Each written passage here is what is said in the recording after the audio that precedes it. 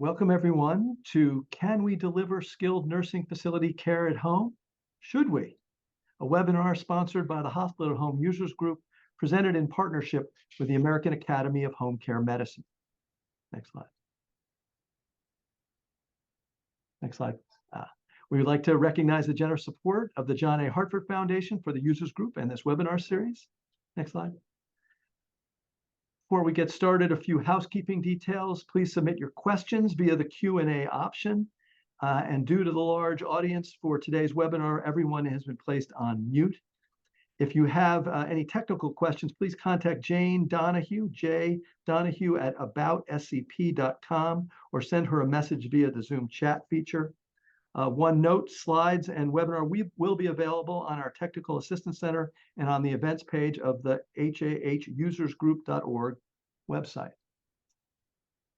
Just a word about the Users Group, which is the nation's premier collaborative of hospital at home programs. We share resources and best practices, work together to expand the reach of hospital at home programs, and inform the policy needed to spread hospital at home broadly. Please, for more information, you can visit our website and be sure to check out the TA Center for helpful hospital at home program resources and tools, as well as our recently refreshed Research Center. And of course, you can follow us on Twitter or X. Next slide. You can see here we've done quite a few webinars, 22 in all. This is not even a complete list. If you are waiting for the next season of Welcome to Wrexham, or maybe tired of the Great British Baking Show, you can pull up any number of these, perhaps binge them all this evening if you'd like, but they are available to watch when you'd like. Next slide. Finally, a team of researchers at Mount Sinai is looking to interview hospital at home program leaders for their input on the caregiver experience and their expertise on caregiving issues. To participate, simply scan the QR code here on this slide, or you can contact us at info@hahusersgroup.org. Next slide. It's now my pleasure to introduce our moderator for today's webinar, Dr. David Levine. Dr. Levine is a practicing general internist and clinician investigator at MGB, or Mass General Brigham. He is active in clinical and translational research, focusing on shifting care home, decentralizing care, digital health technology, and measuring the quality and experience of healthcare. He directs MGB's home hospital efforts. A leader in the hospital home space, Dr. Levine can be found on the podiums of major national and international meetings and is quoted widely and thoughtfully in national and healthcare media about new developments in this fast evolving field. We are very pleased to have him today to moderate our webinar. Please take it away, Dr. Levine. Thanks very much, John, and thanks to you all for coming and spending some time with us this afternoon. We are very, very excited to speak on this rather new topic for our users group as to whether or not we can deliver skilled nursing facility care at home and whether or not we should be thinking about doing that. So really excited for some amazing presentations today. We have three of the country's experts who have experience doing this and want to hear from them about what their programs look like, maybe even some of the tough parts of what they've done and some of their outcomes as well. And so I wanted to give just a couple framing comments on the next slide to help set the table for us because there was an enormous amount of interest in this webinar. And so a lot of times it's really hard to know what we're talking about when we talk about rehabilitative care. And so I love this table that I am crediting to the Cleveland Clinic team for trying at least to lay out some of the complexities and nuances of rehabilitative care that we deliver in the United States. And I just want to say this is not all of them. You could have more columns here, and this changes regionally as well. But really, we're mostly talking about during this webinar what's highlighted in that ring around yellow, skilled nursing facility care, some others call subacute care as well. And so you see in there, these are complex or sometimes less than complex medical and surgical patients. They need at least an hour or more of therapy every single day. They're going to be staying around 2 weeks, sometimes up to a month in that facility. And they're going to be getting not so many physician visits, but definitely a physician or provider level visit, And the costs are quite a lot, upwards of $700 a day to deliver this kind of care. And so we see just that differing compared to some of the other things when people talk about rehab. And so I want to just flash this up here to try to center ourselves around this SNF level care today. And so on the next slide, also wanted to just really talk about, why are we even thinking about delivering this care at home? And so there's a lot of unintended clinical consequences in our rehabilitative facilities today. 22% of folks who are at a facility will have an adverse event. These are data that have been known for over a decade plus. 11% will have temporary harm from those adverse events. And then almost 1 in 4 patients will have an infection acquired in that nursing facility. And there's also not enough rehab to go around. So often greater than 100% capacity, and very variable care experience, often unfortunately toward poorer experience in many skilled nursing facilities. And it is one of the fastest growing cost areas for Medicare right now. And so is quite an expensive area. And then just to, again, slot it on this kind of high acuity to low acuity spectrum on the next slide, we do see that probably the sweet spot for a rehab at home or SNF at home experience is somewhere, it's not home health. It's probably not all the things that are possible in a SNF, but it's probably in the middle there. And so trying to, again, get the right care to the right patient at the right time. And, on the next slide, just thinking in the words of David Ash, who created this typology that I really like, where maybe phase 1 is something as the paper airplane, it might work, there's interest in doing it. Phase 2 is probably the turboprop plane. It works, it gets you from point A to B, there's measurable outcomes behind it. And then phase 3 is really how we work, right? It's the jetliner. It's how you get across the Atlantic Ocean or the Pacific Ocean or wherever you're going. It has real impact on things like travel, for example. I think we're probably somewhere between phase 1 and phase 2 right now. Depends on who you talk to and what research you read. I think there is some great literature out there that suggests that rehab at home does work quite well for patients. And there's a lot of interest. And so maybe in the United States, we're in phase 1.2 or 1.5 rather. But I think hopefully we'll have a better understanding of that after this webinar. And just to put a little bit of data to it on the next slide, I just want to make sure that everybody here knows that there is a lot of work that's been done in this space already. We have a lot more to do. All the way back, decades ago in Australia, folks like Gideon Kaplan and others have done randomized controlled trials on rehab at home already. And so just flashing up here some data from our colleagues at Mount Sinai, first authors Linda DeSherry and Matt Augustine on these papers, showing that took care of almost 260 patients, just more than 260 patients with a range of diagnoses. Lots of PT visits, as you can see, a smaller number of nursing visits, with the kinds of outcomes that you see on the right, about a 14-day length of stay, with ED revisit rates at about 5%, about a 20% readmission rate, and a low mortality rate at 2%. And so this is just one example of many across the world that we've seen of rehab at home. Not a lot in the United States. And that's why I'm so excited for our presenters today, because they are at the forefront of delivering this model and showing us kind of what's possible. So I really look forward to learning from them. On the next slide, I'll be able to quickly just show you their faces. You'll be hearing from them the rest of the time. But really excited to first welcome Jessica and Josh from the Cleveland Clinic, who will be speaking about their model. We'll then move to Emily, who will be speaking about Alina's model, and finally to Sweta, who will be speaking about the Marshfield Clinic Health Systems model. But with that, I'm very excited to turn it over to Jessica and Josh. And please remember to put your questions in the Q&A as they go. We will have a really rich Q&A at the end with your help. Thanks so much, Jessica and Josh, all yours.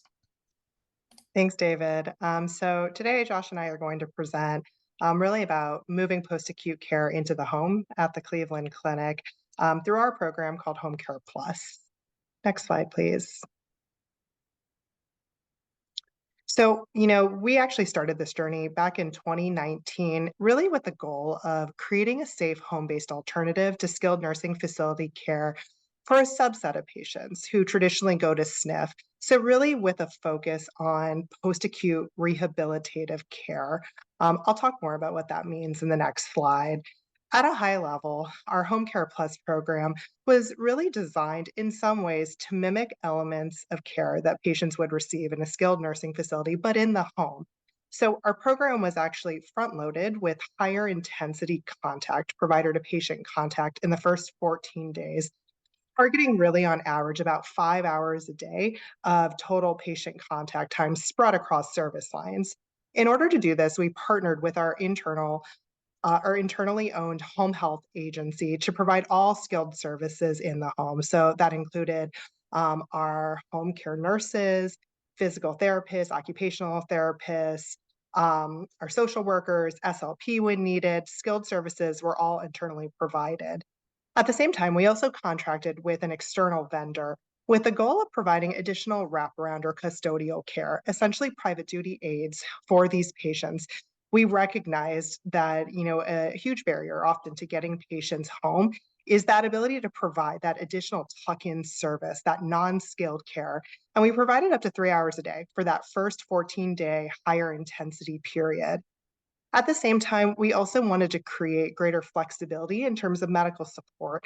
And we leveraged the excess capacity in our home-based primary care group in terms of their APPs to be able to flex into the home as needed, to be able to provide visits for these patients up to 2 in the first 14 days. Next slide. So as I mentioned, this program really was not designed for all patients who go to skilled nursing facility level care. Our goal was really to focus on those whose primary need was actually therapy, so rehabilitative care. Patient selection was really at the heart of our Home Care Plus model, and you can really see it summarized in the figure on the left side. This is really the work of a multidisciplinary team that involved our physical therapists, our clinicians, our home care team, case management, both in actually looking at our historical performance, both in aggregate as well as in chart review, as well as the existing literature that David cited earlier in the field, to come up really with what our inclusion and exclusion criteria were for patients to participate in this model, with the primary goal being to safely select patients who would likely thrive in this model. You can really see here that there were some key factors that we looked at. The first is we set a readmission risk score threshold or cut point. And that was really to ensure that we were in that sweet spot of not taking, the absolute, most complex patients who really did need that level of high intensity nursing care that they could get in a SNF, but that we were taking the right level of complexity.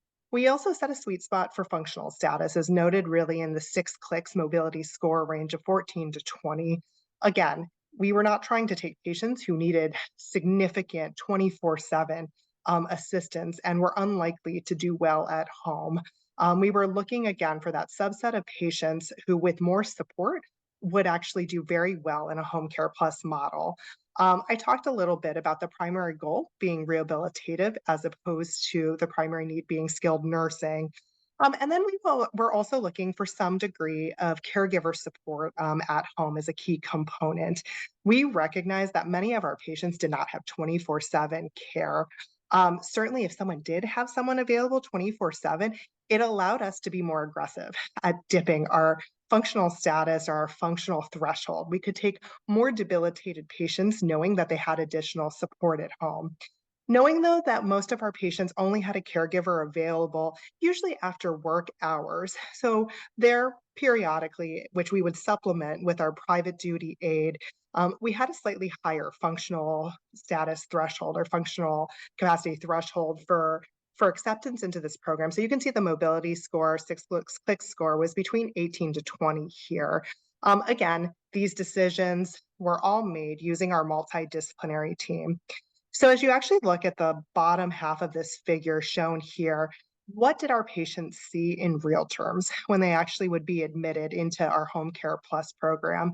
The typical experience of a patient on day one would to have their initial assessment, usually completed by a physical therapist or a nurse, as well as their OT evaluation and SLP if needed.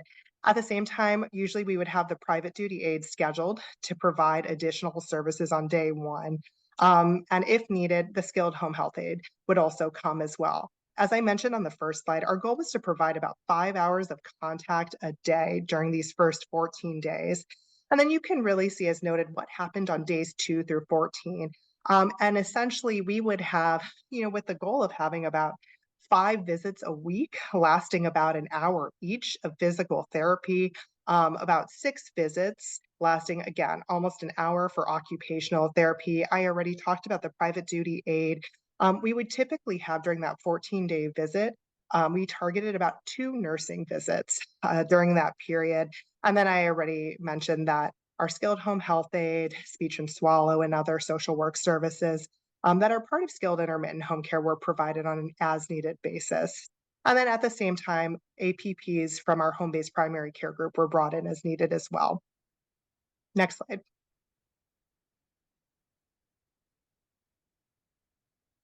So to make things actually very easy for our inpatient team to identify patients who were eligible, because I just walked through a number of criteria that really, frankly, are not pragmatic as we think about patient workflows in the hospital. We developed an internal report. This runs daily and is delivered first thing in the morning to all of our care teams in the hospital. And what this does is it identifies the patients who meet the criteria who are currently on census. So all of these patients are identified for case management and physical therapy, as well as our providers, so that they are able to work with these patients each day. In addition, we also provide patients who are potentially eligible, but for instance, may not have been skilled or seen by therapy yet. Again, the goal is to make this as easy as possible to identify the patients who would meet those eligibility criteria for our program so that they can be approached each day. And this was done in close partnership with ITD and analytics. Next slide. So in the early implementation phase, as I mentioned, we started planning for this back in 2019. We engaged with key hospital stakeholders, so case management, therapy, the clinical teams, as well as our home care team, ITD, and analytics. We actually selected one of our regional hospitals to begin this program at, where they had a high volume of skilled nursing facility utilization, far exceeding benchmark and far greater than what we would expect for the level of function and medical complexity of their patient population. We completed multiple cycles, PDSA cycles of education, workflow, mapping of process to really get this program up and running. From there, we spread this program to our other regional hubs in our Northeast Ohio footprint. At the same time, contracting with that external vendor and all of their offices in order to cover our whole geographic catchment with also our private duty aid services. In order to do this, in order to actually also get buy-in for this, we started to engage with our patients. So we started to do direct patient engagement using our patient portal, as well as communication in the hospital to allow patients to know that this was an option that they could also begin to ask for as a way to start to boost patient engagement with this program. So I'm going to turn this over to you, Josh, now to talk a little bit about what we found once we implemented this. Thanks, Jessica. Next slide, please. So to answer the question of should we be doing this, we have done iterative checks, evaluating multiple outcomes, both descriptively and in comparison to patients who might have been eligible for this care model, but instead discharged to skilled nursing facilities. So in one of those evaluations that we recently completed, we looked at patients discharged between 2019 and 2022, all who met eligibility criteria that Dr. Holman laid out, but several who discharged to post-acute care, traditional post-acute care and skilled nursing facilities versus this home care plus model. And we, where rehabilitation's primary goal is functional status, we looked at that as a primary outcome in this comparison, and also looked secondarily at hospital length of stay and 30-day readmission. Next slide, please. So in this comparative analysis, we found that patients actually do a little bit better in the home care plus model Looking at the AMPAC mobility T-scale score, and for the sake of time, I'll spare the details of that. But a 6-point higher score at home care plus discharge compared to skilled nursing facility discharge in this analysis, where we adjusted using inverse probability of treatment weighting and several potential confounding variables. Length of stay was a bit shorter, but as you can see, not statistically significant, but it was about half a day in our home care plus cohort. And readmission was not different between the two groups. Next slide, please.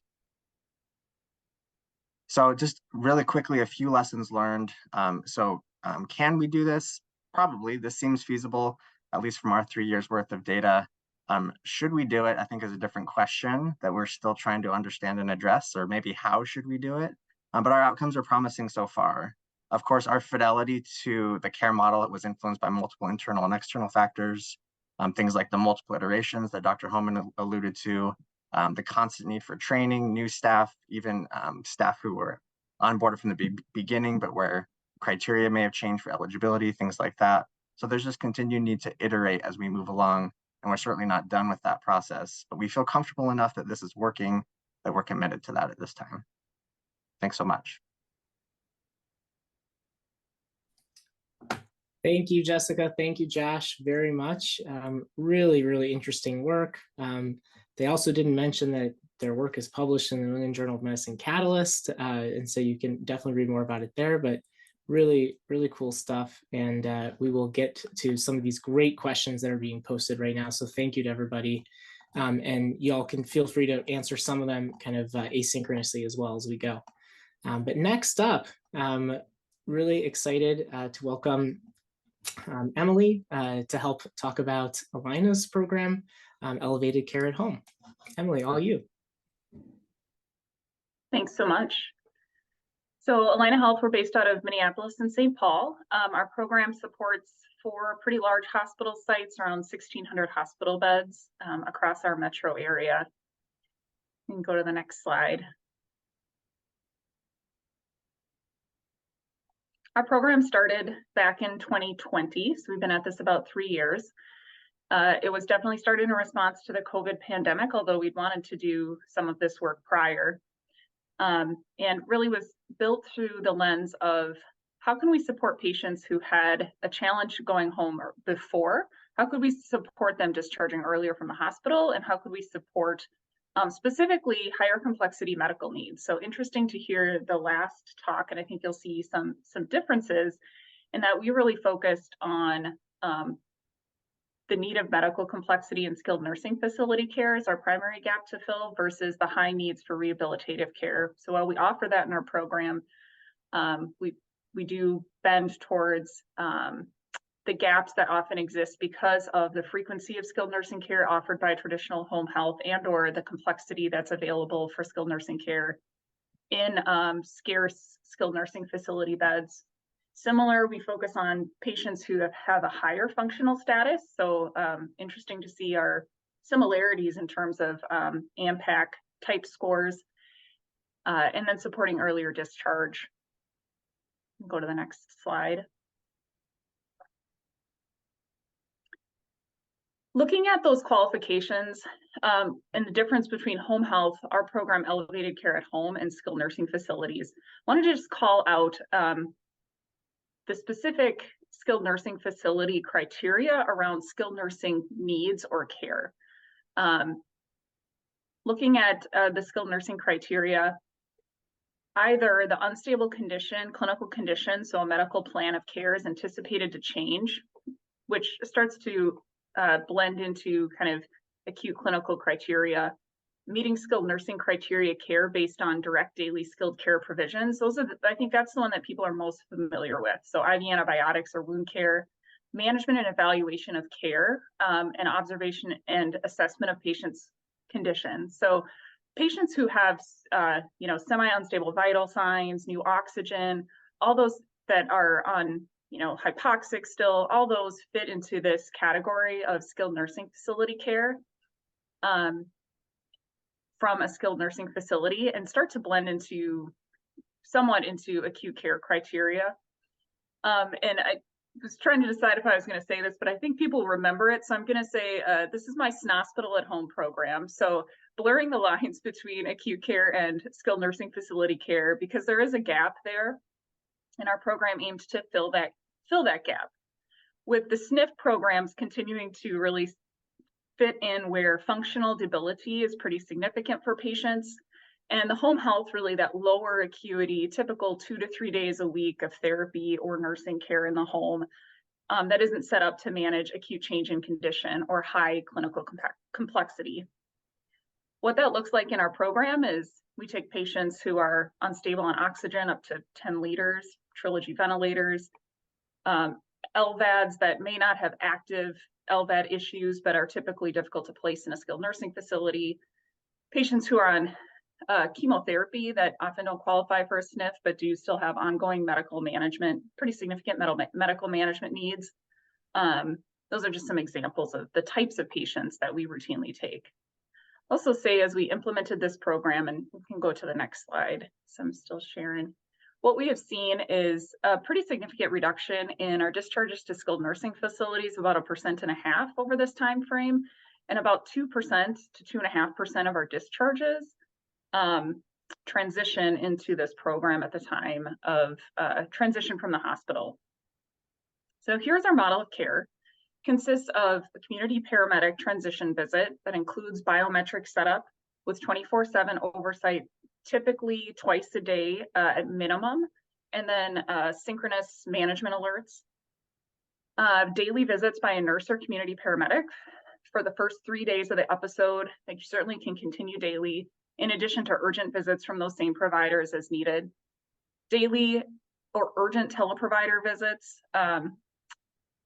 and urgent teleprovider visits, 24/7 centralized nursing and provider coverage, and then all the ancillary services, DME, oxygen lab, imaging, respiratory therapy is needed, pharmacy support, physical therapy, occupational, speech, and social work.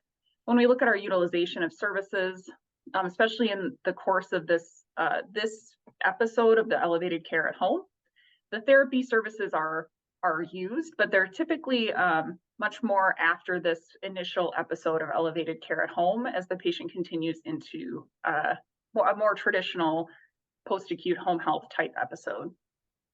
Go to the next slide. So here's just a little bit about what our patient population looks like in this program.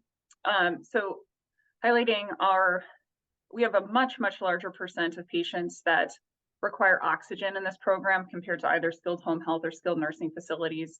I don't have the comparison data. I'm just showing our elevated care at home right here, but we have done this comparison as well. Looking at our readmissions score from a LACE Plus risk score, it is roughly comparable to a skilled nursing facility. We have a much higher severity of illness that we care for in terms of an APR, DRG, SOI. Our extreme and major categories much higher, as well as a much higher risk of mortality population.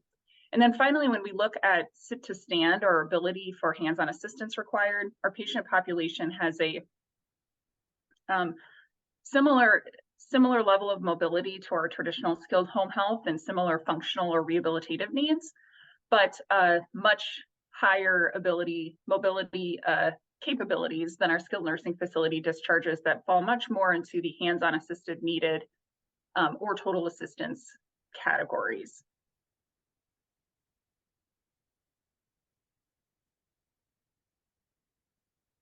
Go to the next slide. So far we've taken care of around 5,200 patients within this model of care. Typically, the model episode is around 4.5 days. Most patients, about 70%, probably continue with some level of home health skilled nursing and potentially therapy at the time of discharge. We have a great patient experience score, which is just a benefit like everyone's programs of patients loving care in their home. And in terms of readmissions and mortality, 30-day readmissions that are comparable to skilled nursing facilities, and also improved 30-day mortality compared to skilled nursing facility discharges we've seen in our evaluation.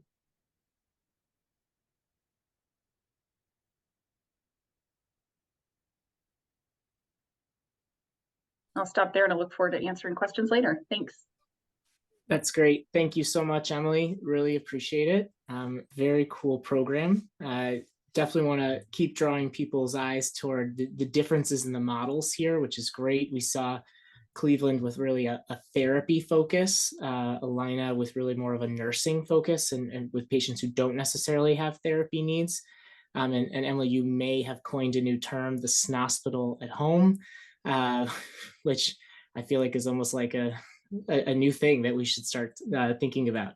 It's like Dr. Seuss, right? It's like a new Dr. Seuss word. It is. It's great. I love it. Keep the questions coming. We only have 36 of them so far. They're phenomenal. I am cataloging and categorizing as you all go. So thank you. And the panelists will be responding to them as they currently are as we go. So keep them coming. At this time, let's go to our third presenter. Very excited to have Sweta here with us. We can go to the next slide so that she can start off telling us about their SNF at home model at Marshfield Clinic. Sweta, all you. Thank you, David. Hi, everyone. So I tried to squeeze in like our 7 years journey of our hospital at home in 10 slides. I tried to do my best. So our hospital, next slide, please. So our hospital at home recovery care program is a joint venture initiative between Marshfield Clinic Health System and a company called Contessa that delivers comprehensive care at home. So our whole program delivers high acuity inpatient level care and SNF level care at home for our patients at a reduced cost. So we started our program with our acute models in 2016, and in September 2019, we started with the SNF rehab at home model. It was before COVID. So we have 4 different admitting models. I'm not going to go into much detail into those, but just a little bit. We have a direct to home model where we admit patients directly from the ER and the clinics. We have a high acuity pathway model where we admit patients to the hospital one day and then take them the next day. We have a completing hospitalization at home model where we transfer the patient home to the virtual bed to complete the hospitalization. And the last is the SNF at home model we have. Next slide, please. So foundation for our program is our multidisciplinary care team. So we have physician allied providers, we have acute care RNs, we have recovery care coordinators, virtual care coordinators who are RNs by training. We have a CNA, we have personal care coordinators, we have physical, occupational, speech, social workers, and we have a pharmacy courier services. We also have a transportation services. So we provide a comprehensive care at home. We do IV fluids, IV antibiotics, IV medications. We do labs, EKGs, we do echoes, Dopplers, X-rays, ultrasounds at home. So our nurses goes up to 3 times a day. Each visit can last like 3 hours. We also have like comfort keepers and 8 CNAs. So we are working on for like 24/7 coverage. It's still in process for now. We do wound wax, we do TPNs, oxygen, BiPAP, CPAP, established PT, the peritoneal dialysis. We take care of multiple drains, we do chest tubes. Next slide.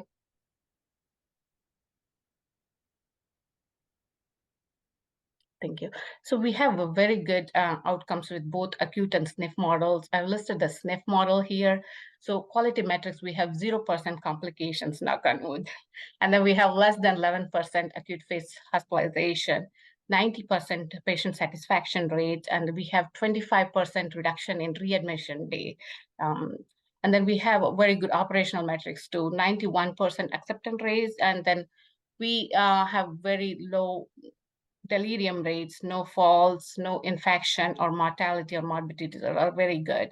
So next slide, please. So clinical eligibility, we take all patients that can be safely treated at home, but they have to meet for utilization criteria for SNF placement. Exclusion criteria, very, very minimal, like we need adequate home support, as everyone said. Can't take ventilator dependent patients, and we don't take the patients if our admitting physician feels the patient is unstable. And home safety is the biggest thing. We want our home to be safe, both for patients and the staff. Our top DRGs is like post-surgicals. We do post-knees, post-hip, wound wax, multiple drains. We do, and the sepsis is the second. We take IV antibiotics, pneumonia patients, and the COPD. IV antibiotics, if they are receiving 3 times a day, we still take them because our nurses can go home 3 times a day for a prolonged period of time. Next slide. So our SNF at home model is a 60-day program. So this is our workflow. Inpatient hospitalists and case managers refer these patients to us. Our hospital at home provider and the nurses do a complete home health and assessment. If it's all good, they apply for prior auth for SNF placement. Once we get the approval, we transfer the patient home. Once the patient are home, our providers round on this patient 1 to 2 times per week, up to 2 to 3 weeks, and then our nurses go home every day, and it always depends upon the patient needs. We do physical therapy, occupational therapy, speech, everything during that time. And then after 2 to 3 weeks, we transfer them to monitoring phase, where the patient gets, if they need a nursing visit, they still get the nursing visits.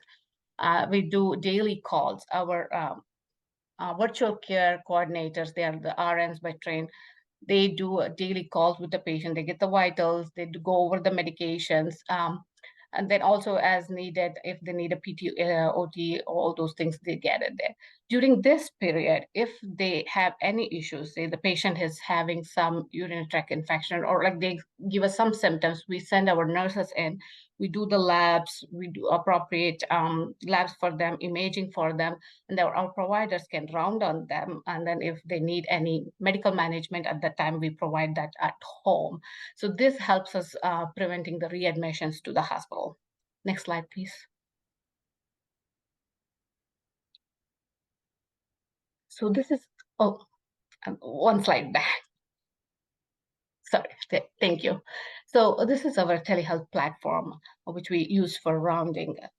Patient goes home with the kit. This kit has an iPad in it. They have a blood pressure monitoring kit, pulse ox, and glucometer, and the weighing scale. We also have a virtual stethoscope for our providers. The providers does virtual rounding, but our acute RNs goes to the patient home.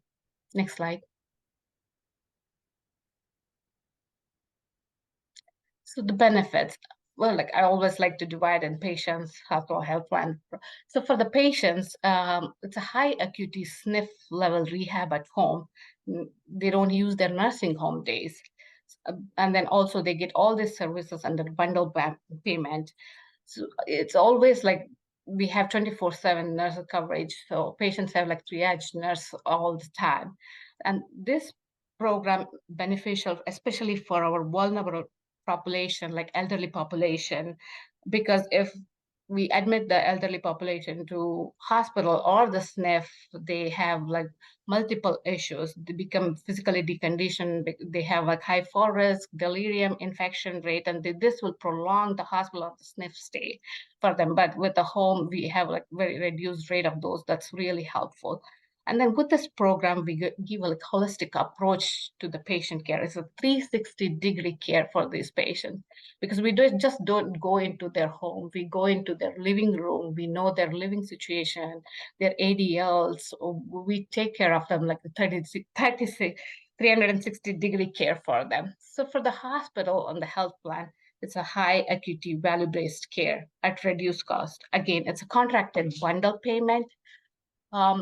This bundle payment has 2 components for it. They give it for the hospital services, and the second component is it's adjusted to the readmissions, provider reimbursement, and then also all related costs for the 60-day program. So with this program, we have saved 15 to 30% per episode. And on the top of this, we have decreased readmission rate and increased patient satisfaction rate. Then, like we all know, with the hospital, the length of stay is very prolonged because waiting for the nursing home beds to open up, especially for our rural community, we have limited resources, limited nursing homes, and there's in those nursing homes, limited beds. So with our program, we easily transfer them home and then we take care of them at home. And then our program goes beyond just the patient care. Our providers really enjoy working with our program because of the flexibility. We don't see any burnout, and that same goes with our nurses too. They have autonomy, they flexible work hours. Next slide.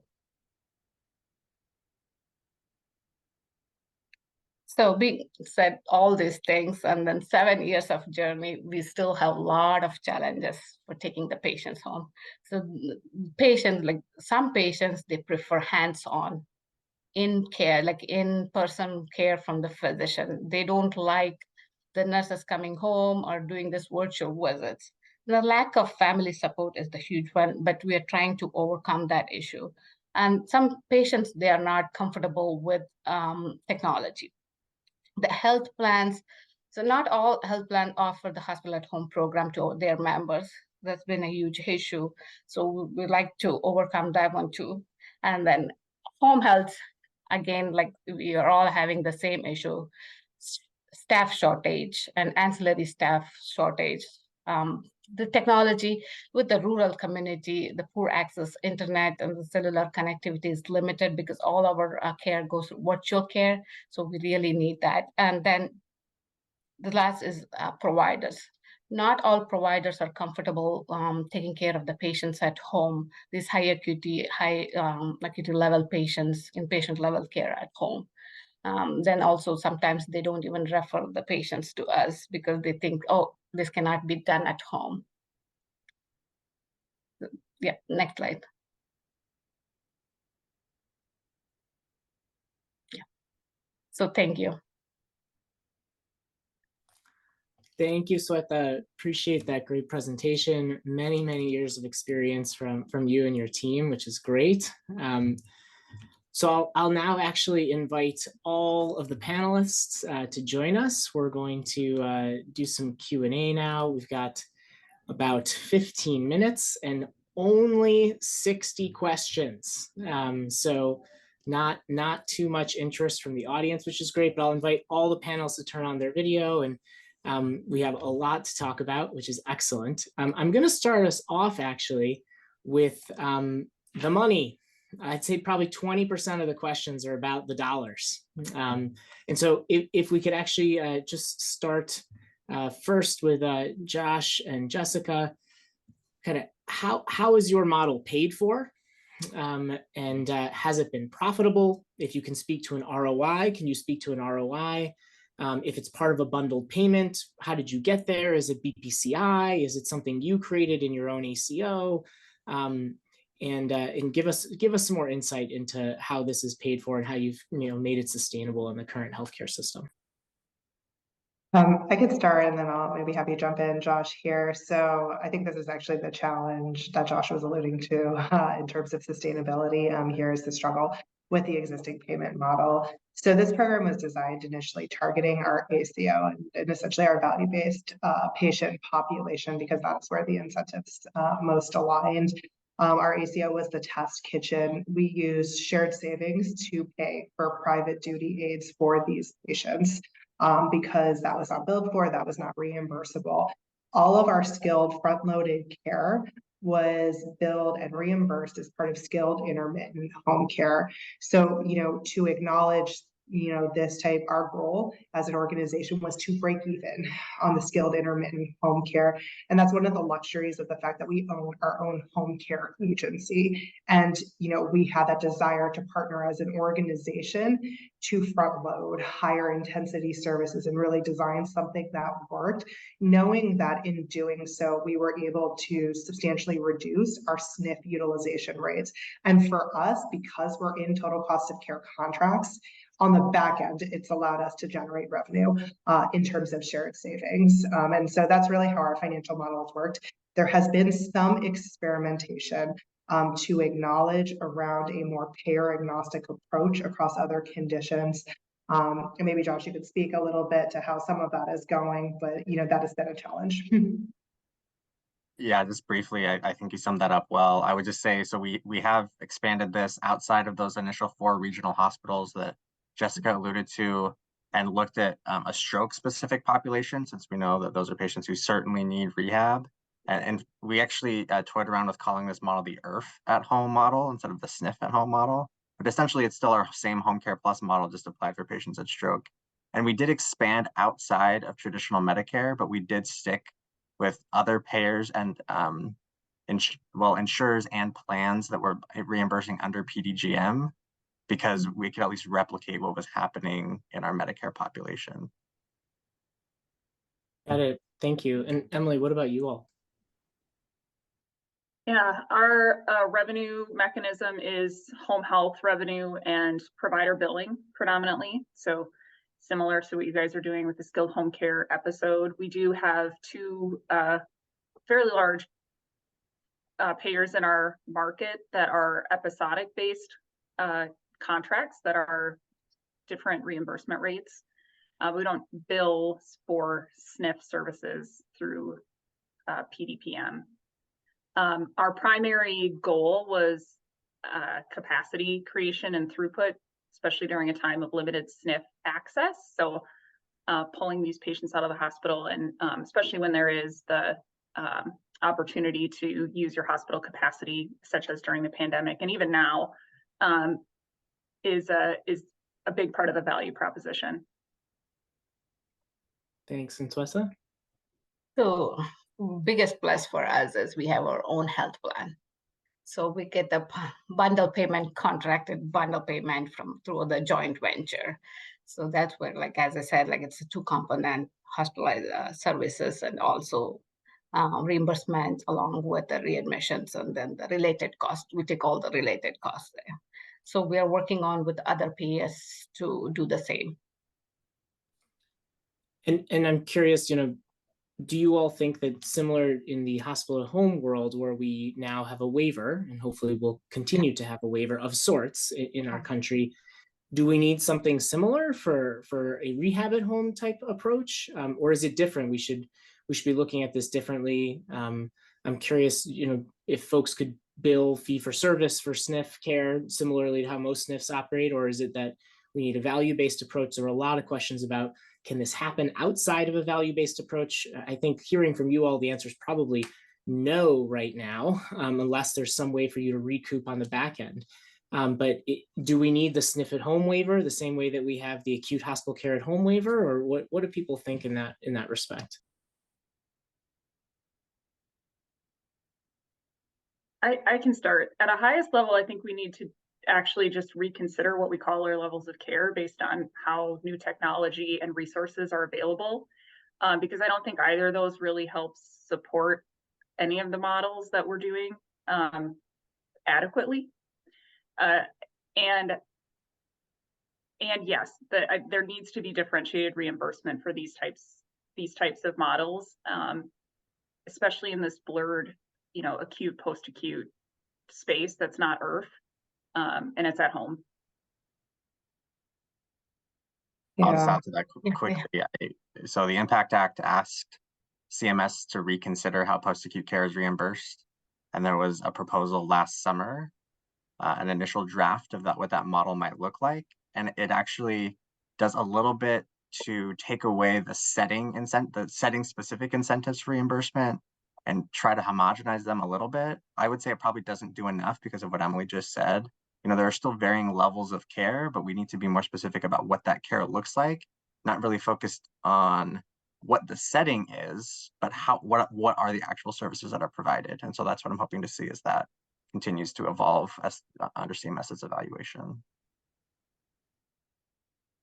I think the challenge will be, as we start to peg something like this, and if you push for pegging this to services provided, so it starts to increasingly then look like a fee-for-service model, where, higher intensity services are then reflected back, with that reimbursement. And I think the challenge is we've seen what happens in a fee-for-service model in terms of inducing volume.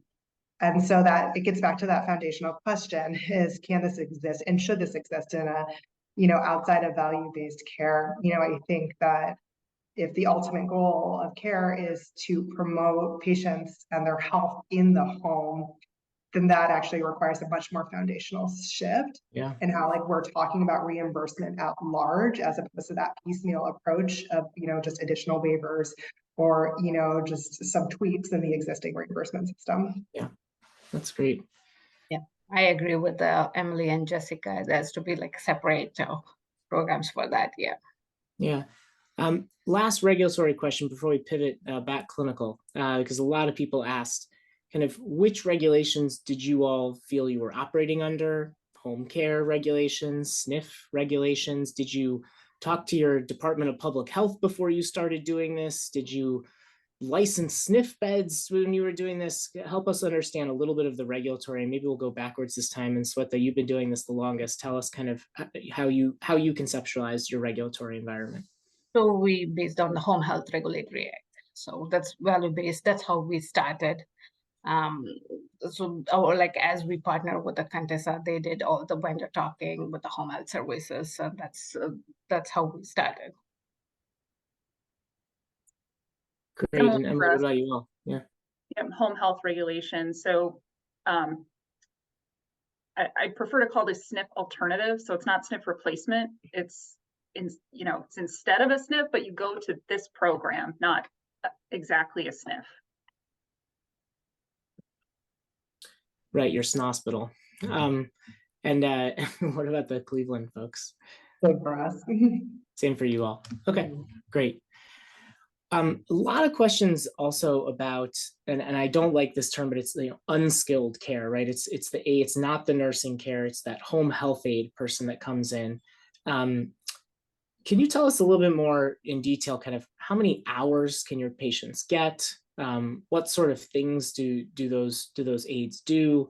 Are you insourcing them? Are you outsourcing them? A lot of questions revolving this unskilled aide, which is arguably a really big part of folks who have very few ADLs intact. And recognizing maybe, Emily, that's not as much a part of your program, but curious kind of how you all conceptualize the use of those aides, how often people are actually able to have use of that.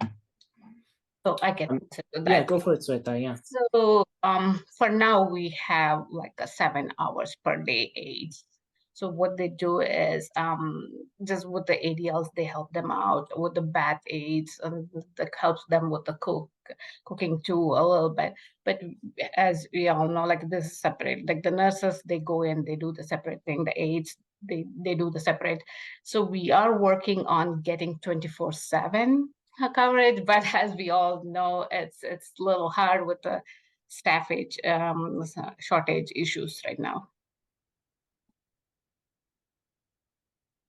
So I think for us, we're actually even much less in terms of the number of hours of aids that we provide for our patients. So it's up to 3 hours of private duty aid that we provide as part of this program. I think the interesting piece has actually been the number of patients who have declined this.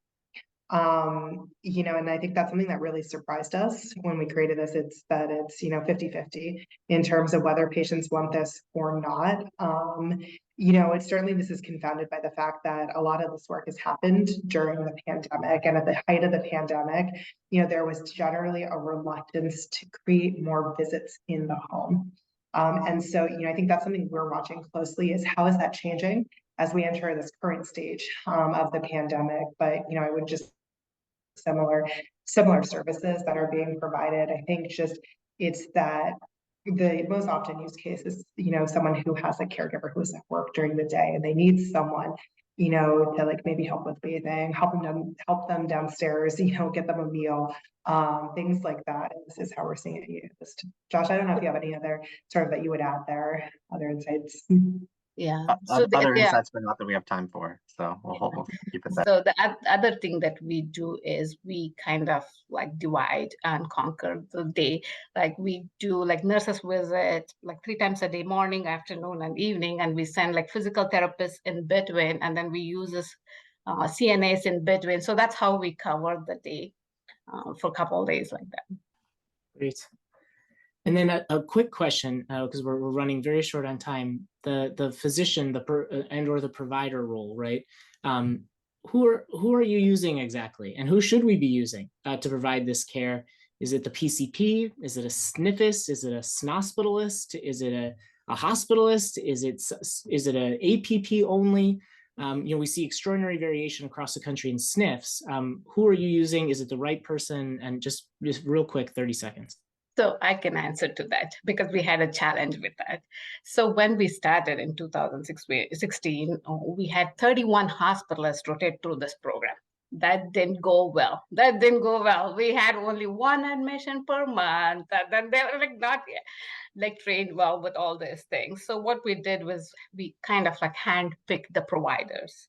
So we have 4 dedicated providers that rotate through our hospital at home program. So they are trained. How we pick them as the hospitalist who had a little bit training in the primary care and a little bit training in the nursing home. So it's the combination, like a traditional practice. That's how we pick the physician, and they are the only 4 physicians that are doing for almost 6 years now. Got it. And Jessica, real quick, yours.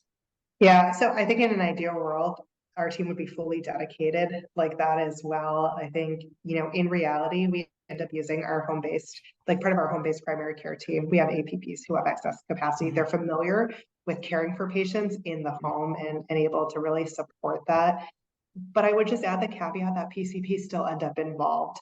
And in many cases, also the discharge attending ends up involved. It's, the reason and the need for having a real tight, dedicated team.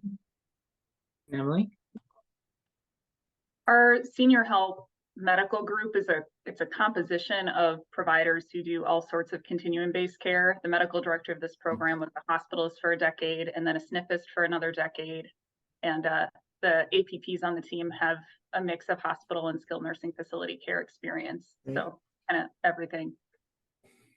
All right, very quick lightning round. Get ready. What is your ADC? Jessica, average daily census. Well, I actually don't even know offhand. It's low, though. Okay, 10, less than 5? 15, no, probably. Do you think it's less than 5? I think it's that was going to be. So right now, Hillcrest is about 10 a day. So my guess is about 15, at all sites now. So but this is after a surge. Cool. Sweta, what's your ADC? The same, 10 to 15. 10. Emily? Yeah, we're about 20. Okay. What is your decline rate? How often people say no thank you? Emily? About 20%. Okay. Sweta? Well, very less, I would say. Okay. And Jessica, you already said 50%. Great. Do you do a prior home assessment before you go to the home? Emily? No. I'm getting all no's. All right, perfect. What's your fall rate? I would say less than 3%, very low. Less than 3%. That's about right. All right, very good. No more on the spot. Thank you. You all were absolutely awesome. Gabby, maybe we could bring up the slides again just to round us out. This was a lot of fun. Really appreciate everybody's great presentations, really innovative work as well. Just a reminder to folks, we have our Hospital Home Users Group Caregiver Experience Study. Please either send an email to info@hospitalhomeusersgroup.org or scan this QR code and you'll be in good hands. We would love to speak to caregivers and folks involved with caregiver work. It's very important to our work. So please hit us up if you are able to. The next slide is again, you are just binge-worthy opportunities here. This is a common good, a public good. All of these webinars are free and open source for everybody. Please feel free to use them anytime from our website.